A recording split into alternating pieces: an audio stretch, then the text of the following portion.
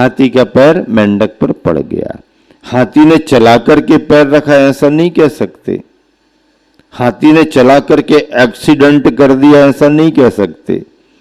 लेकिन हाथी हाथी था, चल रहा, नजर में आया नहीं आया, पैर पड़ गया और ऑन स्पॉट एक्सपायर हो गया। ना कोई पंचनामा, ना कोई शिनाख्त, ना कोई डीएनए, ना कुछ, ना परीक्षण, ना कहीं ले जाओ, कुछ नहीं। कौन देख रहा, कुछ पता नहीं। राजा सैनिक जब तक पहुंचे उसके पहले ही ये समूह शरण में जाकर के बैठ गया। कैसे बैठ गया? पूजन करने के भावों में उसका मरण हुआ। उत्साह पूजा करने का था। घटना घट गई, हाथी का पैर पड़ गया, किसी ने ध्यान नहीं दिया, किसी ने नमोकार भी नहीं सुनाया, किसी ने बचाया भी नहीं, किसी ने संलेखना भी नहीं कराई, कोई नहीं मिला उसको, और आयु कर्म पूर्ण हो गया।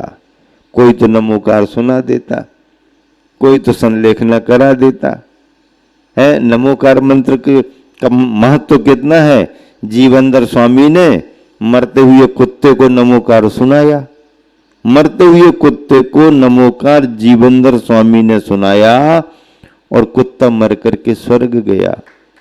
क्यों? परिणाम उसके बड़े शांत हो गए, मंत्र के स्मरण में उसका मन लग गया, कसाय भाव शांत हो गए, कुत्ता स्वर्ग चला गया।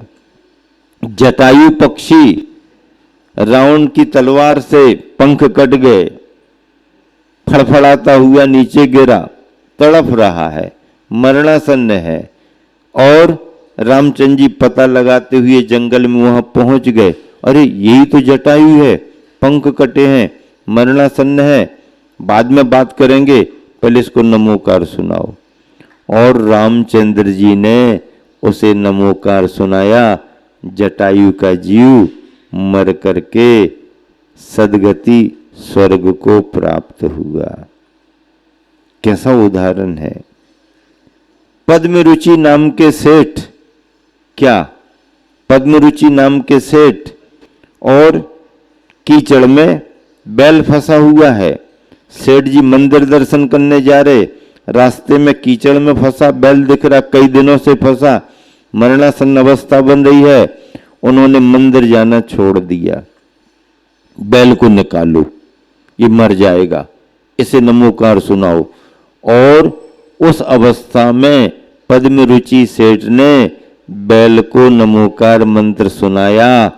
परिणामों में शांति आई, थोड़ा स्पर्श किया, सहा, ये किया वो किया, उसके परिणामों को शांति मिली, मरण को प्राप्त हुआ। और बैल मरण करके अगली पर्यायों में सुग्रीव बना, और पद्मरुचि सेठ मरण करके अगली पर्यायों में रामचंद्र जी बने। और जब रामचंद्र जी को जरूरत थी जंगल में, तब सुग्रीव ने आकर के रामचंद्र जी का साथ दिया। हाँ, अगर हम किसी पर उपकार करते हैं तो हमारे को उसका प्रतिफल मिलता ही मिलता है। चारुदत्त का उदाहरण भी आता है। मरणासन्न बकरे के लिए चारुदत्त ने नमोकार मंत्र सुनाया, और वह बकरा नमोकार मंत्र सुन करके मरणासन्न अवस्था में मंत्र सुना और मर करके स्वर्ग को प्राप्त हुआ। कैसी कैसी त्रियंच पर्यायों से नमोकार का स्मरण करते हुए सदगति हुई। यहां मेंढक की अवस्था वही बनी। इसे कोई नमोकार मंत्र सुनाने वाला नहीं मिला, इसके लिए कोई सहयोग करने वाला नहीं मिला, कोई संलेखना कराने वाला नहीं मिला, लेकिन खुद के अपने पूजा के परिणामों से, परिणामों की विशुद्धता से मरण करके वह स्वर्ग में दिव्य देव पर्याय को प्राप्त हुआ। परिणाम क्या निकला? उपाद सैया पर जैसे ही बैठा तत्क्षण अवधि ज्ञान लगाया, मैं कहां से आया हूं वो सब दिख गया उसको। सारा लाव लश्कर, हाथी का पैर, एक्सीडेंट, ये वो सब दिख गया। ओह, मैं वहां से निकल करके आया हूं, पूजा करने का प्रभाव ये मिला है। चलो अब समोसरण में चलना चाहिए। समोसरण में वो देव जाकर के सबसे आगे बैठ गया। चमक रहा था। कैसा चमक रहा था? बाकी सब केसरिया और ये वाइट वाइट बाकी सब केसरिया और आगे बैठा वाइट वाइट। और जब सैनिक जी पहुंचे, वंदना की परिक्रमा लगाई, ये आगे चमक चमक चमक दैदीप्यमान कौन दिख रहा है? मुकुट की तरफ ध्यान गया, मुकुट में मेंढक का चिन्ह बना है। मुकुट में क्या बना के आया? मेंढक का चिन्ह। मेंढक का चिन्ह, दैदीप्यमान देव दिख रहा है। प्रभु से पूछ लिया, प्रभु ये क्या बात है? इस सामने बहुत प्रसन्न होकर के आपकी वंदना कर रहा है, एकदम दैदीप्यमान है, लेकिन मुकुट में मेंढक का चिन्ह क्यों बनाए है? क्या बात है? तब भगवान का उपदेश हुआ, सैनिक धर्म की महिमा को समझो। ऐसा ऐसा हुआ है, तुम्हारे हाथी के पैर के नीचे एक छोटा सा मेंढक दब करके मरा और स्वर्ग में जाकर के देव बना। वही देव आकर के यहाँ बैठा है और अपने मुकुट में मेंढक का चिन्ह इसलिए बनाए कि लोगों को मालूम हो कि मेंढक की पर्याय से निकल करके मुझे इतना बड़ा सम्मान मिला है, इतना बड़ा पद मिला है। कैसी विशुद्धता रही, कैसी उसकी भावना रही। और मेंढक की पर्याय में भी उसने वहां से निकल करके दिव्य देव पर्याय को प्राप्त कर लिया। परिणामों की बात है। ऐसे मेंढक का उदाहरण शास्त्रों में आ गया। अब हम और आप सोचते बैठे रहे, हम रोज अभिषेक कर रहे, रोज शांति धारा कर रहे, रोज स्वाध्याय सुन रहे, प्रवचन सुन रहे, हमारा नाम तो किसी ग्रंथ में लिखा ही नहीं है। भैया हमारा तुम्हारा नाम भी लिखा जाएगा, लेकिन अभी लगे तो रहो, लगे रहो, लगे रहो, लगे रहो, कभी ना कभी तो तुम्हारा नाम भी आएगा। आवास दान में शूकर का नाम आ गया। शूकर, विमलनाथ भगवान का चिन्ह शूकर, आवास दान में नाम आ गया। अब आवास दान में आ गया शूकर का चिन्ह। शूकर ने आवास दान दिया। बड़े बड़े राजा महाराजाओं ने धर्मशालाएं बनवाई, गुफाएं बनवाई, ये किया वो किया, मंदिर बनवाए, सब किए। उनके उल्लेख हैं भी और नहीं भी हैं। छोटी सी धर्मशाला बनाई, दो ने मिलकर के बनाई, नाई और कुमार ने। एक जैन धर्मी था, एक बौद्ध धर्मी था। एक ने अपने महाराज को रुका दिया, दूसरा अपने साधु को ले आया, दोनों में विवाद हो गया।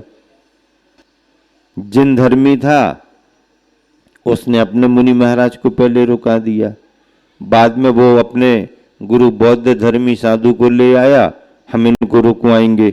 भाई हमने तो रुकवा दिया, हम रुकवाएंगे, हमने तो रुकवा दिया।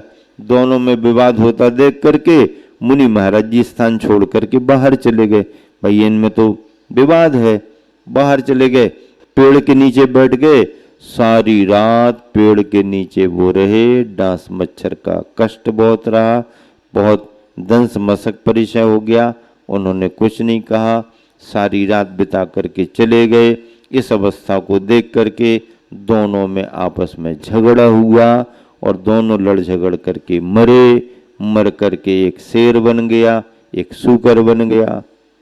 फिर शेर उन्हीं मुनि महाराज को जब पूर्व भाव के बैर से मारने को जाने लगा तो सूकर बीच में आ गया, गुफा के सामने बैठ गए।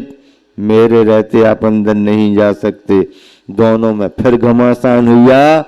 परिणाम क्या निकला? दोनों लड़ झगड़ करके फिर मरे। सिंह नरक को चला गया और सूकर बचाने के भाव से लड़ा था, इसलिए वो स्वर्ग चला गया। सूकर का नाम शास्त्रों में आ गया। देखो, एक आक्रमण होता है और एक आत्मरक्षा होती है। आक्रमण करना अपराध है, लेकिन आत्मरक्षा करना अपना अधिकार है। क्या? आक्रमण करना अपराध माना जाएगा। अन्याय किया तुमने, आक्रमण किया है, दूसरे की सीमा में जाकर के तुमने गड़बड़ किया, ये अपराध है। लेकिन अगर कोई हमारे अंदर आकर के कुछ कर रहा है तो अपना बचाव करना, अपनी आत्मरक्षा करना हमारा अपना अधिकार बनता है। देश दुनिया में कितने झगड़े हो रहे, युद्ध भयानक होते जा रहे, सबकी नीतियां अपनी अपनी हैं। इस संपूर्ण दुनिया में, विश्व में भारत एक ऐसा देश है जो आक्रमण की नीति को नहीं अपनाता। आज तक भारत ने किसी पर आक्रमण नहीं किया, लेकिन अगर किसी ने आक्रमण किया है तो आत्मरक्षा करने का उसका अपना अधिकार है और उस अधिकार का प्रयोग भी इस भारत ने किया है। ठीक है, करना भी चाहिए। आत्मरक्षा बहुत बड़ा धर्म है। अन्याय करना अधर्म है तो आत्मरक्षा करना धर्म है। ऐसा यह देश शांति का संदेश लेकर के, अहिंसा के सूत्रों को पकड़ करके आगे बढ़ रहा है। और ऐसे ऐसे उदाहरण शास्त्रों में लिखे हैं कि राजा महाराजाओं की बात तो ठीक है, सामान्य से सामान्य उदाहरण इसलिए दिए गए कि प्रतिकूलता में, अभाव में अगर कोई बड़ा काम करता है तो उसकी प्रशंसा अवश्य ही होती है। सद्भाव में काम करने वाला और अभाव में काम करने वाला, दोनों में बड़ा अंतर है। कई बार सद्भाव होने पर भी कार्य करने का मन नहीं होता, कई बार अभाव में भी काम करने का उत्साह बन जाता है। अगर अभाव रहते हुए कोई उत्साह से काम करे, दान का, पूजा का, सेवा का, वैयावृत्ति का, तो उसकी प्रशंसा विशेष रूप से होती है, विशेष रूप से होती है। इसलिए आचार्यों ने ऐसे उदाहरण हमारे सामने रखे हैं। हमारे गुरुवर आचार्य श्री कहते हैं कि जिस व्यक्ति का असन और आसन पर नियंत्रण नहीं है, क्या? असन और आसन, असन यानी भोजन, आसन यानी बैठक। जिस व्यक्ति का असन और आसन पर नियंत्रण नहीं है, वह व्यक्ति अध्यात्म को, वह व्यक्ति योग को प्राप्त कर ही नहीं सकता। असन और आसन पर नियंत्रण होना, योग की बातें कोई कितनी भी करे, योग के प्रयोग कोई कितने भी करे, जब तक शाकाहारी पद्धति में नहीं आएगा, जब तक तामसिक भोजन से नहीं बचेगा, जब तक खान पान की दिनचर्या व्यवस्थित नहीं करेगा, उठने बैठने में शारीरिक संयम नहीं दिखेगा, तब तक उसका वह योग और उसके योग का प्रयोग तुम्हारे उपयोग को शुद्ध करने वाला नहीं रहेगा। मन को रिलैक्स दिला देगा, शरीर को रिलैक्स दिला देगा, लेकिन अध्यात्म का आनंद उसको आ नहीं सकता, क्योंकि अध्यात्म का आनंद आचरण पर टिका हुआ है। इंद्रियाधीन प्रवृत्ति, विषयाधीन प्रवृत्ति, तामसिक प्रवृत्ति कभी भी योग और अध्यात्म का आनंद नहीं दिला सकती। उसकी चर्चा कर सकते हैं, लेकिन उसका अनुभव नहीं हो सकता। 50% बीमारियां जो हमारी दिनचर्या के बिगड़ने से आती हैं, अगर हम दिनचर्या सुधार लें तो 50% बीमारियां जो हमारी लापरवाही से आती हैं उन्हें हम दूर कर सकते हैं। कर्म धर्म कर्म संयोग से बीमारियां तो हम चाहे के भी कई बार दूर नहीं कर पाते, लेकिन लापरवाही की बीमारियां असुविधाएं हम अपनी दिनचर्या को सुधार करके दूर कर सकते हैं। एक अम्मा जी आई थी विदिशा में, उदयगिरी में चातुर्मास था 2000 सन का। वो बार बार पुरानी परिचित थी, तो बार बार कहती थी महाराज जी पेट में बहुत जलन होती है, पेट में बहुत गैस बनती है, पेट में बहुत जलन होती है, क्या करें। उम्र उनकी अच्छी खासी थी, तो हमने पूछा क्या कैसी दिनचर्या है, खान पान क्या है, तो वो दोनों टाइम भोजन करती थी। तो हमने कहा कि उम्र के हिसाब से अगर तुम कुछ परिवर्तन करना चाहो तो बहुत अच्छा रहेगा। क्या परिवर्तन करें? शाम का भोजन बंद कर दो, शाम को केवल उबला हुआ पानी लो, भोजन बंद करो, उबला हुआ पानी लो। इससे क्या होगा? इससे तुम्हें बहुत फायदा होगा, फर्क आएगा। हमारे कहने से उन्होंने प्रयोग शुरू किया। दोपहर में मध्याह्न का उनका भोजन हो गया, शाम को कुछ नहीं, उबला हुआ पानी पियो। ऐसा करने से धीरे धीरे पेट का शुद्धिकरण होने लगा और जो अपच या अजीर्णता आती थी जिससे एसिडिटी आदि वो भी कम होने लगी। पहले दवाई खा खा करके भी वो ठीक नहीं हो पा रही थी, दवाई भी छूट गई और ये हो गया। जिनको रात्रि में पानी का त्याग करना है, देखो ठंड में तो फिर भी जम सकता है, बारिश में भी जम सकता है, पर गर्मी में असुविधा आपको महसूस होगी। अगर गर्मी में भी रात्रि पानी का त्याग करना है तो उसका एक तरीका है, शाम को गरम गरम भोजन करना बंद कर दो। क्योंकि जो लोग शाम को गरम गरम भोजन करते हैं और तुरंत पानी पी करके उठ जाते हैं, उनको भोजन के बाद आधा घंटा 1 घंटे बाद फिर पानी की जरूरत पड़ती है और उनको बाधा होगी, क्योंकि शाम होने होते होते तो भोजन किया है, पानी पी लिया, पूर्ति नहीं हुई, अब घंटा आध घंटा बचा कहां तुम्हारे पास। अगर 4 बजे कोई भोजन कर ले तो 5 साढ़े 5 तक 1-2 बार पानी पी ले, एडजस्ट हो जाएगा। अब अंधेरा होते तो जैनी आदमी है ना,